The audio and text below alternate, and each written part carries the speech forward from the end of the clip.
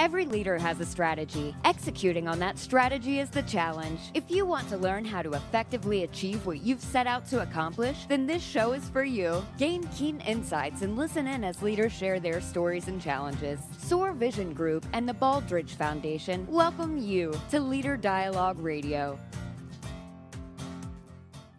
Thanks so much for joining us. I'm going to introduce our leaders who you know well by now. We have Ben Sawyer. He is the Chief Executive Officer of SOAR Vision Group. And right beside him is Jennifer Strahan. She is the Chief Operating Officer of SOAR Vision Group. Joining us for a second week in a row is Russ Branzell. He is the CEO of CHIME.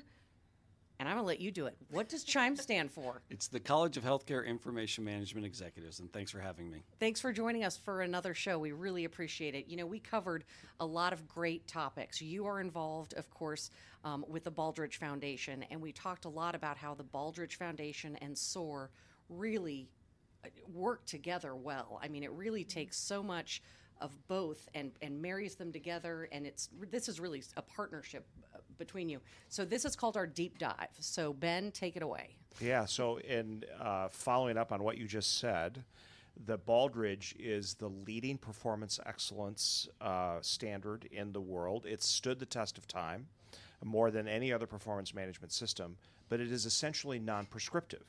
What that means is that any organization can take those standards and figure out how they want to meet those.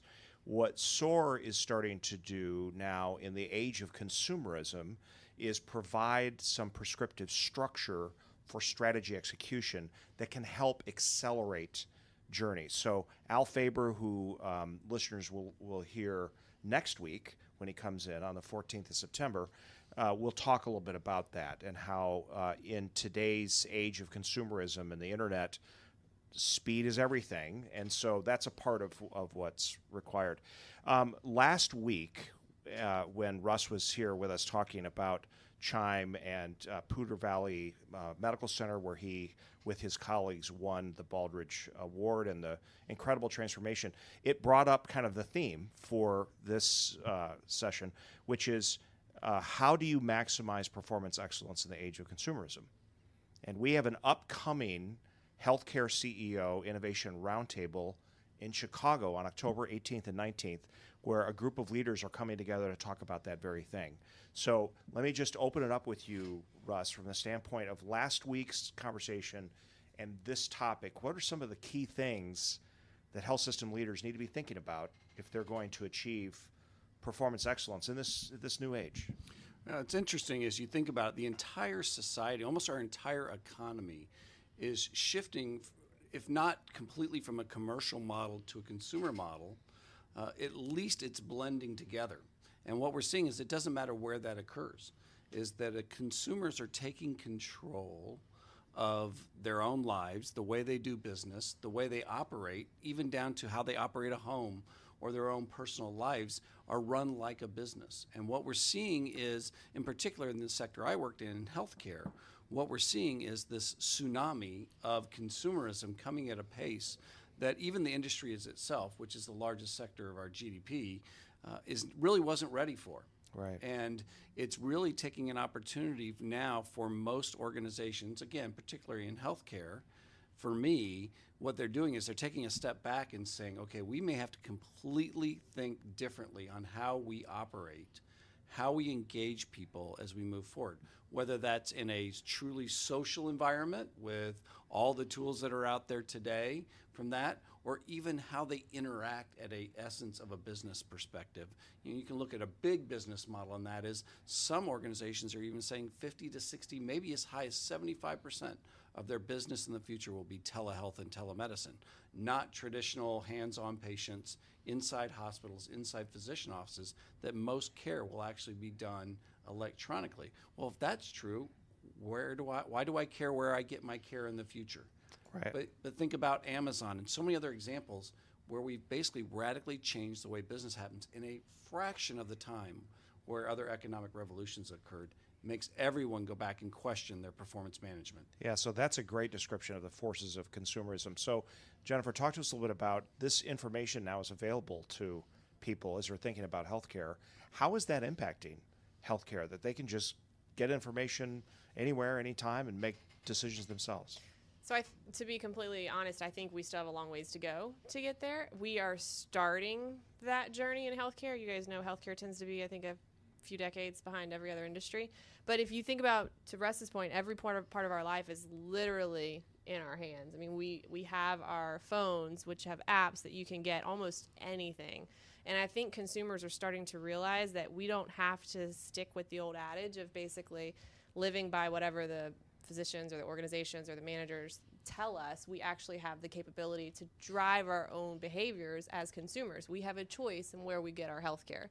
So to getting back to your piece of this, there are more and more sources and sites available. You'll see things like Hospital Compare. There's starting to be pieces of Physician Compare, even things like Yelp, being able to go out and look at your physicians. I think some of the smart organizations are actually starting to get ahead of that, right? So most organizations, you can go on, for example, and you shop by physician, right? They'll show you like all the physicians they have and a little bit about their bio, where they went to med school, how long they've been practicing their specialty. Some organizations are actually going out where they're making that fun, and they're letting you get to know the personality of the provider, not just the actual specialty of the provider. There's things where, how do I schedule online without having to call in? How do I make sure that I have more resources to create transparency of where I want to go based on how you're going to treat me, how much it's going to cost, and then looking at the actual quality of the care. So it's still a ways to go, but I think we're on the starting point there. So part of this transition, Russ, started with the fact that that healthcare was moving from fee for service to essentially fee for value and increase risk with a population where they may be fully capitated. For the listeners, that's a term that means you're getting paid per person, not per episode. So as industry leaders are thinking about this, how should that be influencing their strategy, first of all? And then secondly, we'll get into how does it impact their strategy execution and what are kind of the myths associated with that? I was just on a business trip out to Utah to one of the highest performing health systems in the country, and we were actually having this conversation. And the interesting part is the game hasn't changed. It's just the rate of which the game is occurring right now is at such a fast pace. And the reason I say that is the concept of the highest quality, the safest, affordable care is still the same game we've been perceiving or trying to get to for decades. Mm-hmm. The problem is care has universally not been getting better. It maybe not be is safer, maybe a little bit safer, and depending on where you look at it. And it's definitely not gotten cheaper. And it actually may have been leveling off a little bit right now, mainly because of what you're suggesting is that we're paying for value. There is some restrictive payment models that are out there right now. But what we really are seeing is organizations saying, I have got to get ahead of this curve maybe for the first time. There are arguments there were other curves they had to get ahead of, but this is the first time where they said, for the first time, the playing field may be completely level. All right. I'm in a small town, medium town. I'm the only care provider. There's only two. You don't have much choice. Except that now, for the first time, I may have universal choice as a consumer, which means not only do I have to play the old game and play it better than I've ever played it before, I better have that thing humming, which, to your point, Jennifer, most organizations don't have humming right now, and they have a lot of opportunities to improve. But now I also have to think about a new game I might have to play, which is my competition may not be the people across town. It may not be the people across state. It may not even be the people across country. It may be on the other side of the planet where all of a sudden now they can provide me telemedicine, telecare. Or why not? I'll take an ecotourism trip for medicine and go get my procedure done while I sit on a beach and wherever. And that's starting to occur at a pace that we're starting to see disruption in our industry. So think of this in consumer products. I'm not sure that any retailer actually thought that Amazon was going to have the impact it has. And then it did, and all of a sudden they're caught flat-footed.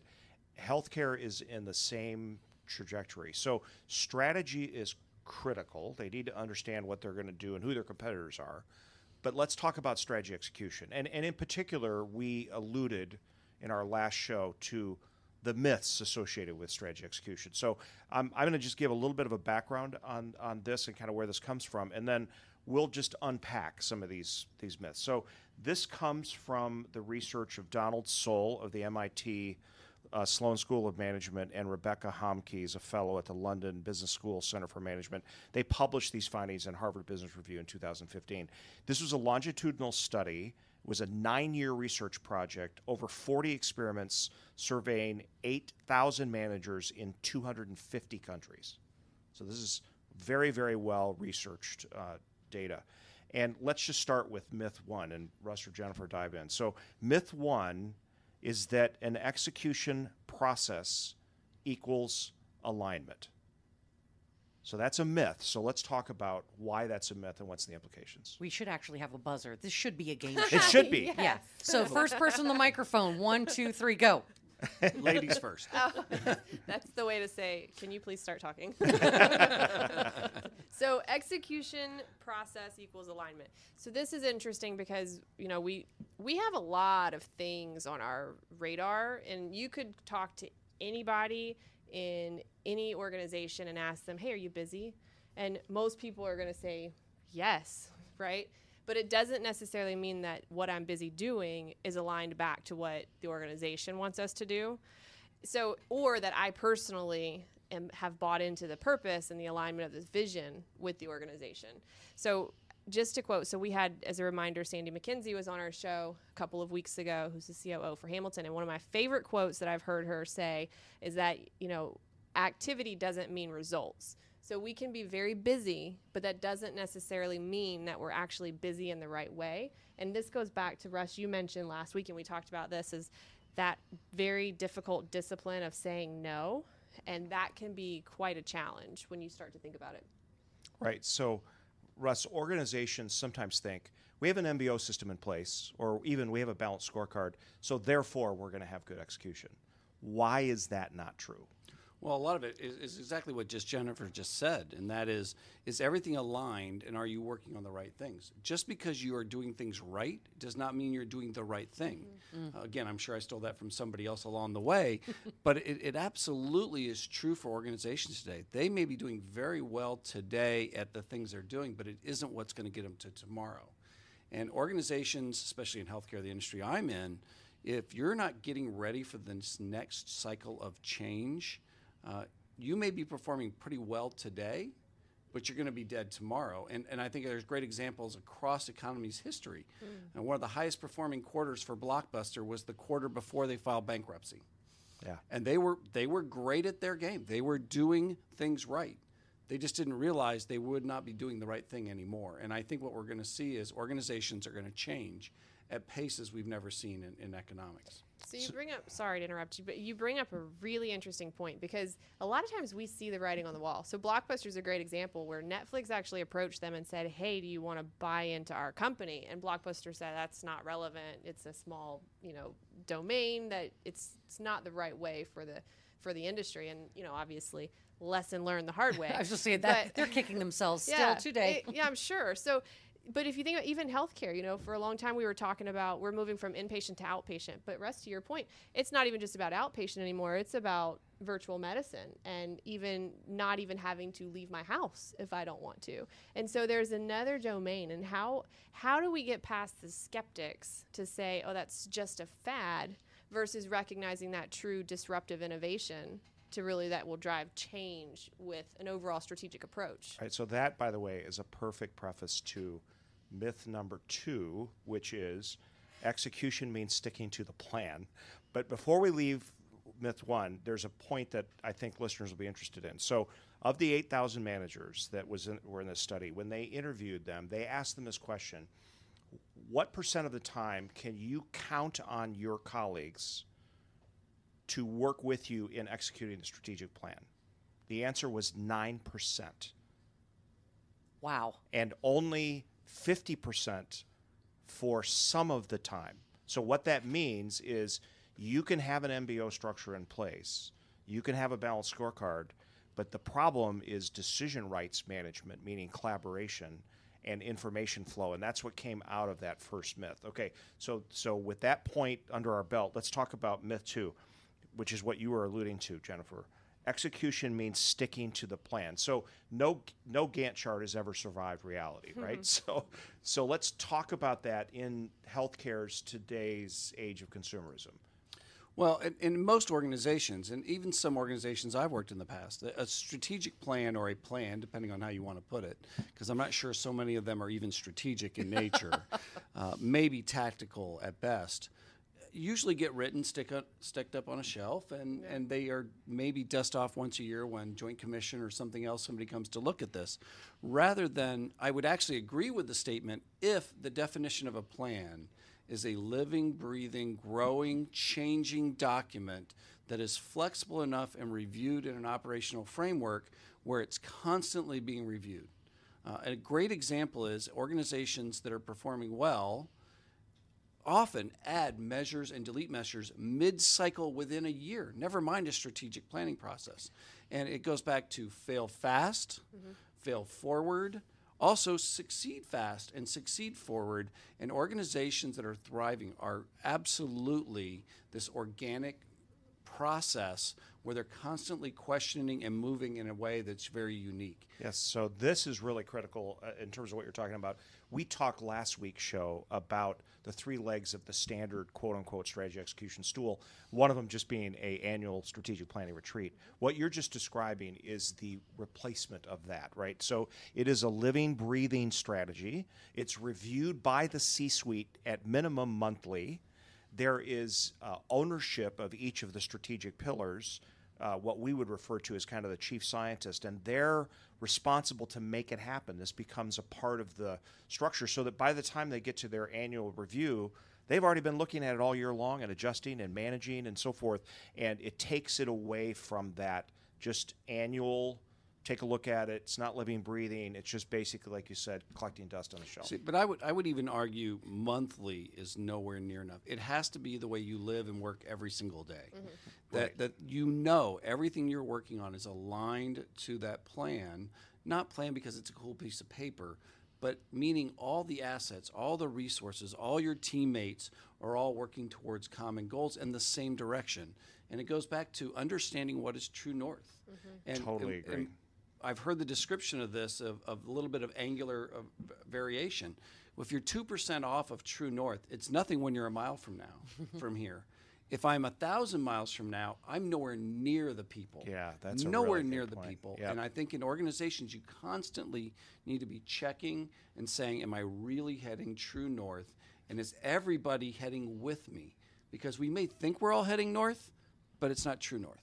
So that brings up a really great point around it's really a constant calibration, right? Because there is this balance to where it can't be that we're constantly changing and so we lose our focus. But if we know where we're heading and we're constantly recognizing, okay, we're slightly off, we need to shift just a little bit to get back to where it is that we're going towards, that's a different discipline than just, well, that didn't work, let's just completely swing another direction. And so making sure that that discipline's not lost, but still maintaining flexibility, it's really a constant calibration towards that true north, that purpose, that vision you're moving as an organization. So 2 things to underscore what you guys are talking about. Strategy deployment, what we call strategy deployment in the United States, is referred to in Japan as a term called Hoshin Kanri. Hoshin Kanri means shine the compass, which is a true north concept. The metaphor is a ship in the storm being able to move perfectly to its point that it's going at in spite of all of the turbulence around it. So that's the metaphor. Also, as it relates to the structure, when we were talking about a replacement for the 3-legged stool, it's not just a monthly cadence at minimum with senior leadership. It's daily huddles on the front line. It's weekly rounding with middle managers. It's a structure that's set up around making sure that we know what our strategy is, one, and that we can execute against it. All right, so let's move on to myth 3. All right, so myth 3 is communication equals understanding.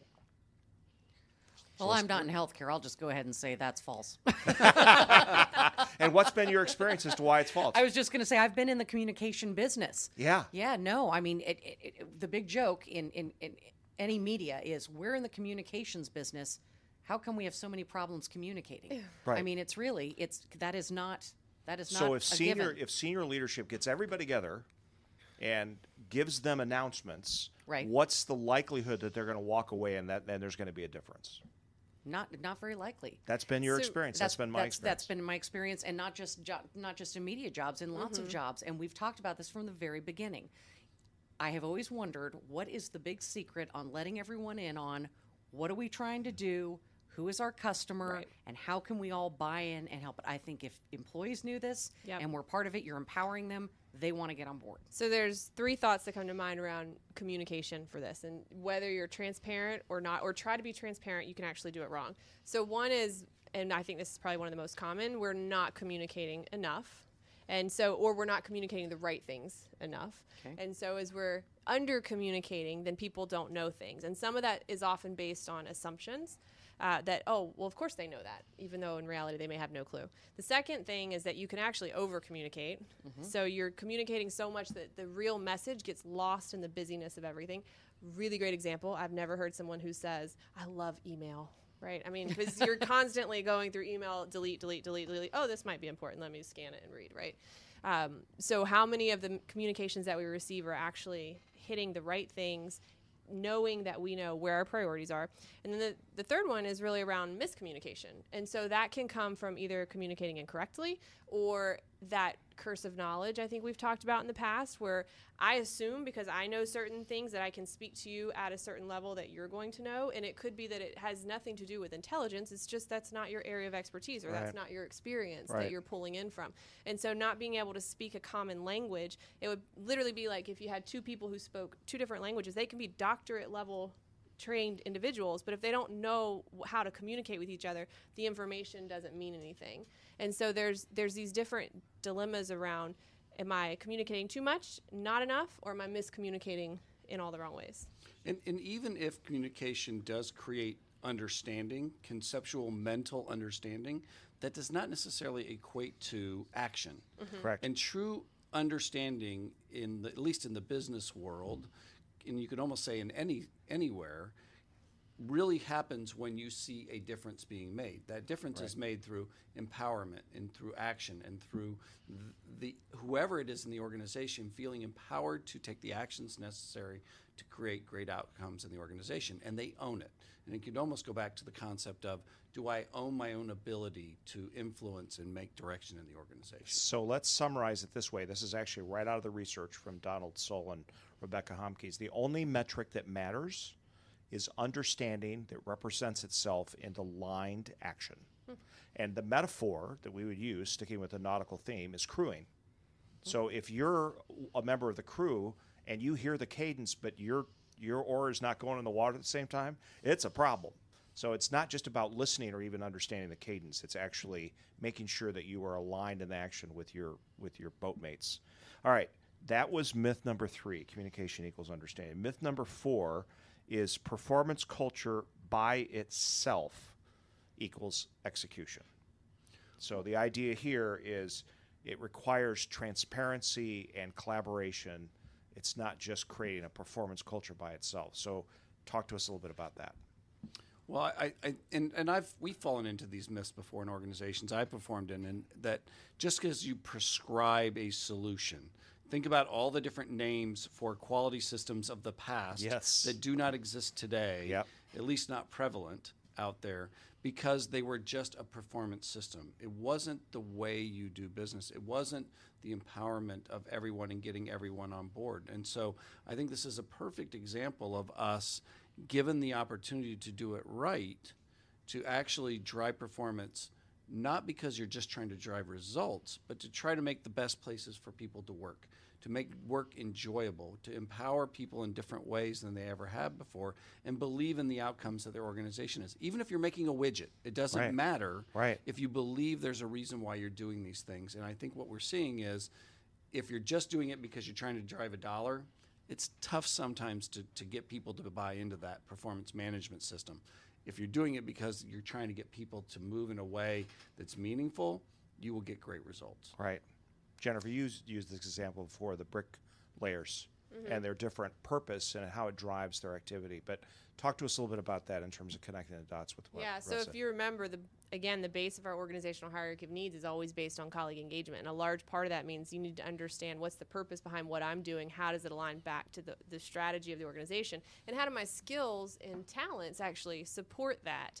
And so thinking about it, there's those gaps that we often see in the organization where is it a visibility gap in terms of I don't know what it is how I'm doing or what I should be doing? Is it a knowledge gap in terms of I might know what I should be doing, but I have no idea how to actually execute it? Or is it a performance gap where because of priorities, because of other strategic efforts and maybe not strategic because of other activities, the tyranny of the urgent Ben often refers to, it gets in the way that we often miss those pieces of it. that are important. And so if we understand how what I'm doing is not cleaning a room in a hospital, but it's actually preventing infection, that's a lot more meaningful to find that connection with team members than to just say that, hey, you're just cleaning a space and you're cleaning up after people. That's not what it's about. There's a bigger mission at work, regardless of an industry. Absolutely. So here's the last myth.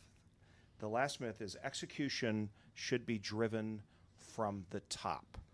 So this was memorialized to a certain extent in the book Execution by Larry Bossidy, who is the CEO of Signal Corp, and Ram Charan, who's a professor at Northwestern. By the way, a great book to read. But one of the things that Allied Signal experienced when Larry left is a pretty significant drop-off in terms of its performance. So that was underscoring this point that execution should be driven from the top. What the research shows is actually it's driven from the middle, guided from the top, and activated on the front line, which is sort of interesting. So given that last myth, and Russ, based on your experience at Poutry Valley, where you guys won the Baldrige, how did you see that played out? Well, I think it's almost leaps. And what we saw was when senior management got it first, we made some leap. Just by direction, vision, sharing, communication, the basics that you would do, we saw some significant leap in change in performance. I think when we got probably middle management and a vast majority of the leaders engaged and they started understanding the philosophy of why we were doing what we're doing, we saw the next one. And it was, again, an incremental change in performance. It was good. When we got the entire ecosystem, the entire organization working as a whole together, we saw, instead of incremental, we saw beyond exponential improvements in performance, because I think we had at that point complete organizational buy-in. I'm sure we had some that were, as I described last week, the fully disengaged. There were some. We tried everything as possible to get them out as fast as possible, or at least get them changed to some degree. But the reality is, when you had an entire organization, the entire symbiotic relationship occurring, what you see is performance you almost don't understand.